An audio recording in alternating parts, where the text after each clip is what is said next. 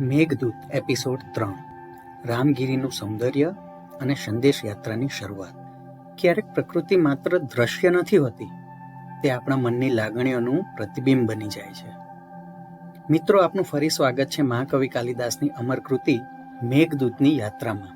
પાછલા એપિસોડમાં આપણે જોયું કે વિરહમાં તડપતો યક્ષ એક ઘેરા વાદળને પોતાના પ્રેમનો સંદેશ પહોંચાડવા માટે વિનંતી કરે છે. હવે સમય આવી ગયો છે યાત્રાની શરૂઆતનો. રામગીરી પર્વત. આ સ્થળ માત્ર એક પર્વત નથી, પણ પ્રકૃતિનું જીવંત મંદિર છે. ઘનઘોર જંગલો પર્વતને આલિંગન આપે છે. ઊંચા વૃક્ષો જાણે આકાશને સ્પર્શવા માંગે છે. પાન પર પડતા વરસાદના ટીપા જાણે કોઈ સંગીત સર્જે છે. નાના ઝરણા પથ્થરો સાથે ટકરાઈ મીઠો સ્વર પેદા કરે છે. પક્ષીઓ વરસાદમાં પાંખ ફેલાવી આનંદથી ઉડી રહ્યા છે. આ સૌંદર્ય વચ્ચે પણ યક્ષનું હૃદય શાંત નથી. તે એક ચટ્ટાન પર બેઠો છે, આકાશ તરફ જુએ છે અને પોતાના મનમાં પ્રિયાની છબી જોઈને તેને યાદ આવે છે કે કેવી રીતે બંને સ્વર્ગની બાગોમાં ફરતા હતા, કેવી રીતે બંને ચંદ્રપ્રકાશમાં વાતો કરતા હતા. આ યાદો હવે તેના માટે સુખ નહીં, પણ વિરહની પીડા બની ગઈ છે. તે વાદળને ફરી સંબોધે છે, હે મિત્ર, જ્યારે તું અહીંથી આગળ વધશે ત્યારે આ હરિયાળી વાદીઓ તને વિદાય આપશે. આ ઝરણા તારા માર્ગને આશીર્વાદ આપશે. તું જ્યારે ઉત્તર તરફ આગળ વધશે ત્યારે તને નદીઓ મળશે જે તારા પ્રતિબિંબ સાથે રમશે. ખેતરોમાં ખેડૂત વરસાદથી ખુશ થશે. શહેરોમાં લોકો તારી રાહ જોશે. તું માત્ર સંદેશાવાહક નથી, તું જીવનનો વહન કરનાર છે. યક્ષની આંખોમાં હવે એક નવી શાંતિ દેખાય છે, કારણ કે પ્રેમ જ્યારે આશા સાથે જોડાય છે ત્યારે વિરહ પણ શક્તિ બની જાય છે. વાદળ ધીમે ધીમે આગળ વધવા લાગે છે. પર્વતની ચોટીઓ પાછળ રહી જાય છે.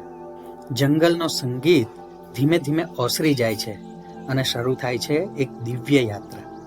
પ્રકૃતિના અદ્ભુત દ્રશ્યોની યાત્રા, પ્રેમના સંદેશની યાત્રા. પ્રેમનો સંદેશ જ્યારે યાત્રા પર નીકળે ત્યારે રસ્તામાં મળતી દરેક વસ્તુ એક નવી વાર્તા બની જાય છે. હવે વાદળ રામગીરીના પર્વતોને પાછળ છોડી વિશાળ મેદાનો તરફ આગળ વધે છે. આકાશમાં ધીમે ધીમે તરતું વાદળ નીચે ફેલાયેલા હરિયાળા ખેતરોને નિહાળી રહ્યું છે. વરસાદના ટીપા જમીનને સ્પર્શતા જ માટીની સુગંધ હવામાં ફેલાઈ જાય છે. ખેડૂત આનંદથી આકાશ તરફ જુએ છે અને તેમના ચહેરા ઉપર થાક છે, પણ વરસાદની આશા તેમને નવી શક્તિ આપે છે. ગામની સ્ત્રીઓ કૂવામાંથી પાણી ભરતી વખતે વાદળને જોઈને સ્મિત કરે છે. નાનકડા બાળકો વરસાદમાં રમે છે. તેમના હાસ્યનો અવાજ આકાશ સુધી સંભળાય છે. વાદળને લાગે છે કે તે માત્ર સંદેશ લઈ જતું નથી, પણ જીવનમાં આનંદ અને આશા પણ લાવી રહ્યું છે. થોડી દૂર આગળ એક વિશાળ નદી વહેતી દેખાય છે. નદીનો પ્રવાહ શાંત છે, પણ તેની અંદર અદ્ભુત શક્તિ છુપાયેલી છે. વાદળ નદી પર થંભી જાય છે અને પોતાના પ્રતિબિંબને પાણીમાં જોઈને એક ક્ષણ માટે મંત્રમુગ્ધ થઈ જાય છે. નદી જાણે કહે છે કે હે મેઘ, તું યાત્રા પર છે, પણ યાદ રાખ, દરેક ગંતવ્ય સુધી પહોંચવા માટે ધીરજ જરૂરી છે.